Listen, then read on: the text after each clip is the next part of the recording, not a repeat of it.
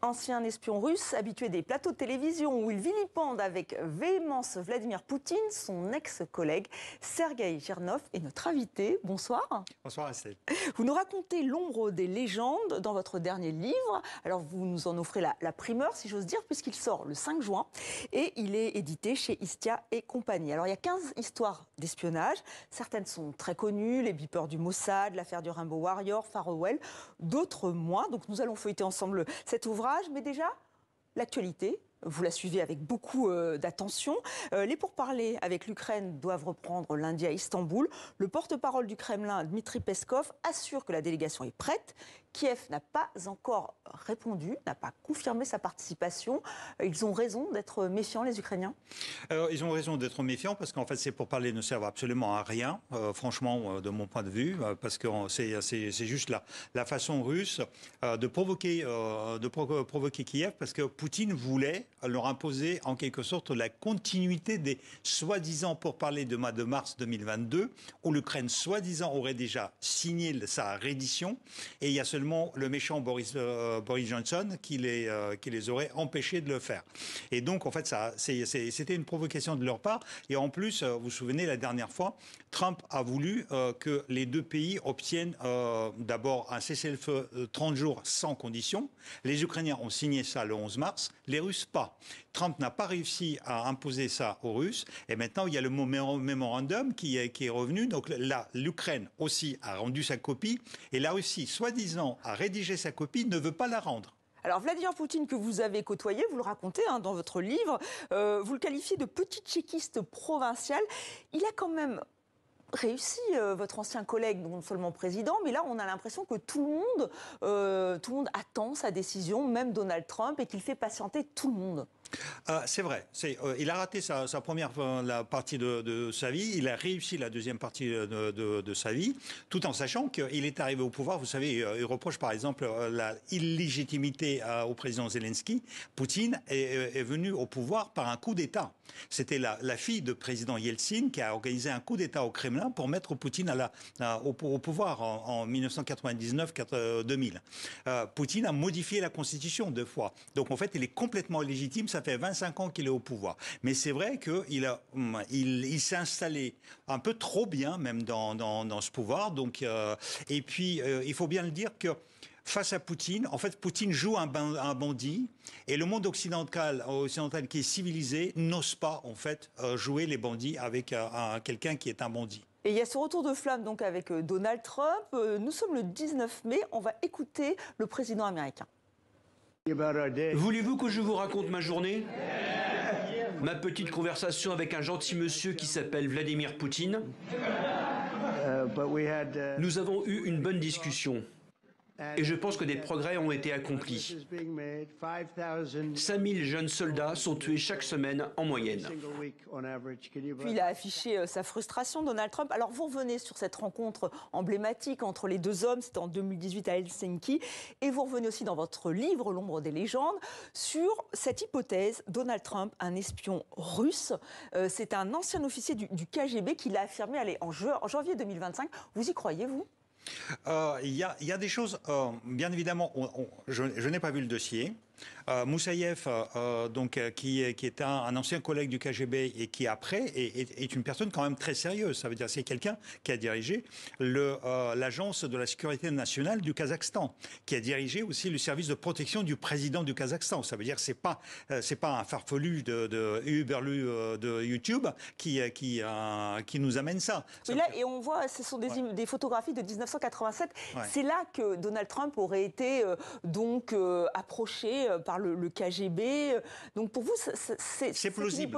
C'est plausible parce que en réalité, en 1987, quand il était déjà un homme très riche et quand il est venu en Union soviétique, en fait, il représentait ce qu'on appelle un intérêt ciblé pour le service de contre-espionnage, d'espionnage soviétique. Et certainement autour de lui, il y avait des gens qui l'ont travaillé, qui l'ont essayé d'harponner. Est-ce qu'ils ont réussi ou pas?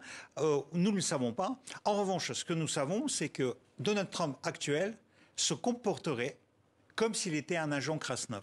C'est-à-dire il fait tout pour plaire à Poutine. Il fait tout pour donner tout à Poutine sans rien lui demander. Il fait comme s'il était vraiment recruté par Poutine, parce que, regardez, d'abord, il a dit, oui, je vais mettre la pression sur Poutine. Le 12 février, il l'appelle et lui donne tout de suite, sans aucune négociation, à Poutine tout ce que Poutine n'espérait même pas avoir. Et donc, c'est à se poser les questions. Donc, vous vous posez des questions, et nous, on se pose aussi des questions. Comment reconnaître un espion? Alors, vous nous parlez de beaucoup d'espions dans ce livre. La Lettonie, vous le savez, a distribué un petit guide, et donc, pour effectivement prévenir la population, qu'elle essaie de voir qui est espion ou qui ne l'est pas. Et il parle d'un style vestimentaire trop négligé, une hygiène insuffisante, une carrure athlétique ou des cheveux coupés très courts, des traits physiques donc mentionnés dans ce document. Vous approuvez, vous n'approuvez pas? Vous avez les cheveux très courts. Mais après, bon, pour le reste... Bon, après, vous savez, il y a de tout. Moi, il y avait certaines époques, vous savez, lorsque je suis venu sur le plateau de la rue en 2006, j'avais les cheveux qui étaient comme ça. Vous pouvez les retrouver sur Internet encore. Non, en fait, l'espion n'a pas, par définition, n'a pas de signaux apparents, parce que sinon, vous savez, ce serait trop ridicule. C'est un espion, mais se mettez la pancarte « Je suis un espion », donc... Ce serait déjà raté. Ce serait déjà raté. Non. Et d'ailleurs, c'est beaucoup de personnes qui sont les anciens collègues et les journalistes qui sont spécialisés dans ce domaine ont rigolé franchement face à cet article des Estoniens. Dans l'ombre des légendes, vous nous retracez donc le parcours d'espions plus ou moins célèbres du grand public, et c'est vrai que certains sont restés cachés très très longtemps, donc ce n'est pas si facile que ça de les repérer. Clin d'œil assumé à James Bond, à son créateur Ian Fleming, avec des titres comme License to Lie. James Bond qui agit sous son vrai nom, comme vous à l'époque. Oui, c'est parce que on a ce qu'on appelle un espionnage légal et un espionnage illégal. Légal, ça ne veut pas dire qu'on fait quelque chose de légal.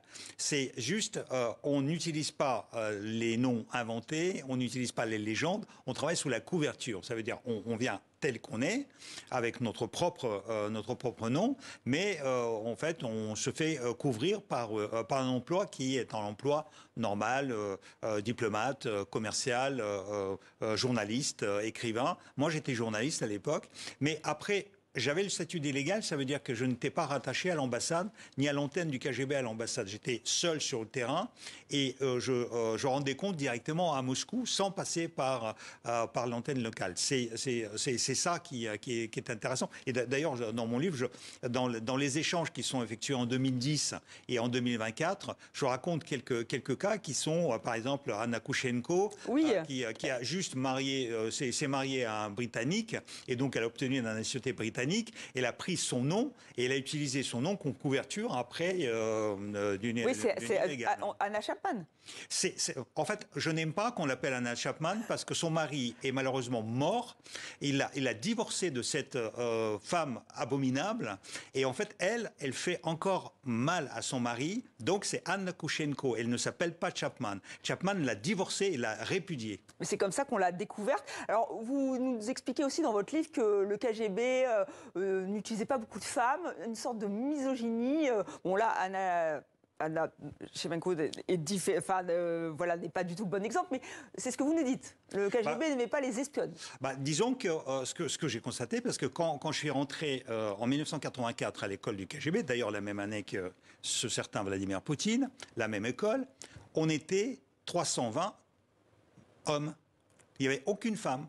Et il n'y a jamais eu dans ces promotions de l'école du KGB, de l'académie du KGB, des femmes. En revanche, le service d'espionnage illégal, lui, il employait des femmes. Et je crois que maintenant, ils emploient de plus en plus de femmes. Oui, le statut d'illégal, vous nous l'expliquez bien. Et d'ailleurs, vous revenez aussi, c'est encore totalement d'actualité. On se rappelle en août 2024, quand Vladimir Poutine en personne est venu accueillir ce couple d'espions avec leurs enfants qui ne savaient même pas que leurs parents étaient russes. En fait, ils se faisaient passer pour ils étaient en Slovénie, ils se faisaient passer pour des Brésiliens, ou des... Argentins. Argentins. Voilà, argentins.